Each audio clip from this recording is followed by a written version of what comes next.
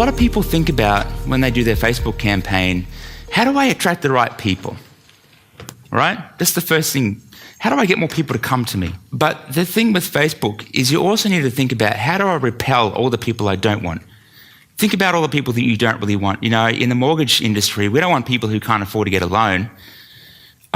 If you are selling a high-ticket item, you don't want people who can't afford that. Or if you have a very specific offer, you want to try and repel as many people as possible that don't fit the criteria.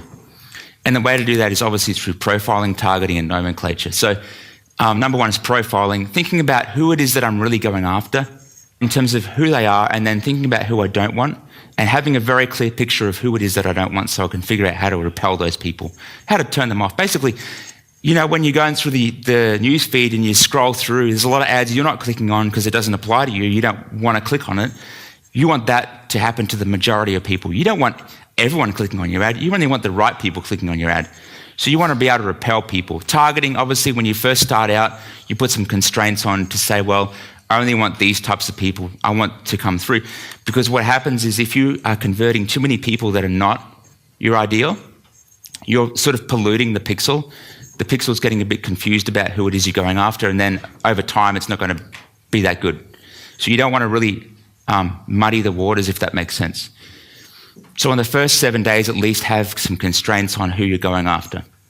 And thirdly, nomenclature. So nomenclature is really the words and the language that you use to describe what it is you're providing. You know, if I'm going after a campaign where I only want to work with, you know, for one of our companies, we only work with large companies who have millions of dollars in revenue.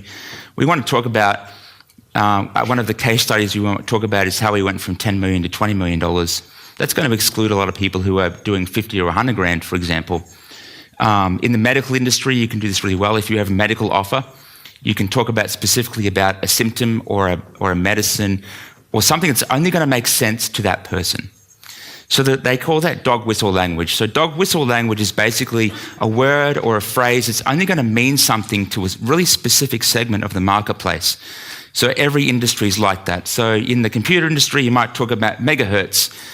So anyone outside of that might not want to click on that because that sounds really confusing.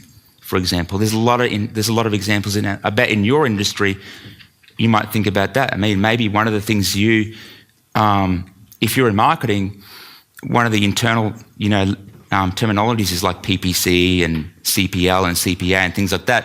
If you're using that and you're trying to target people outside of that industry, then they're not going to click on that. And that's the kind of thing that you want to do. So think about the language you're using. It's very important to think about how can I attract and how can I repel. Most people don't think about that. It's very, very vitally important if you want to improve your results.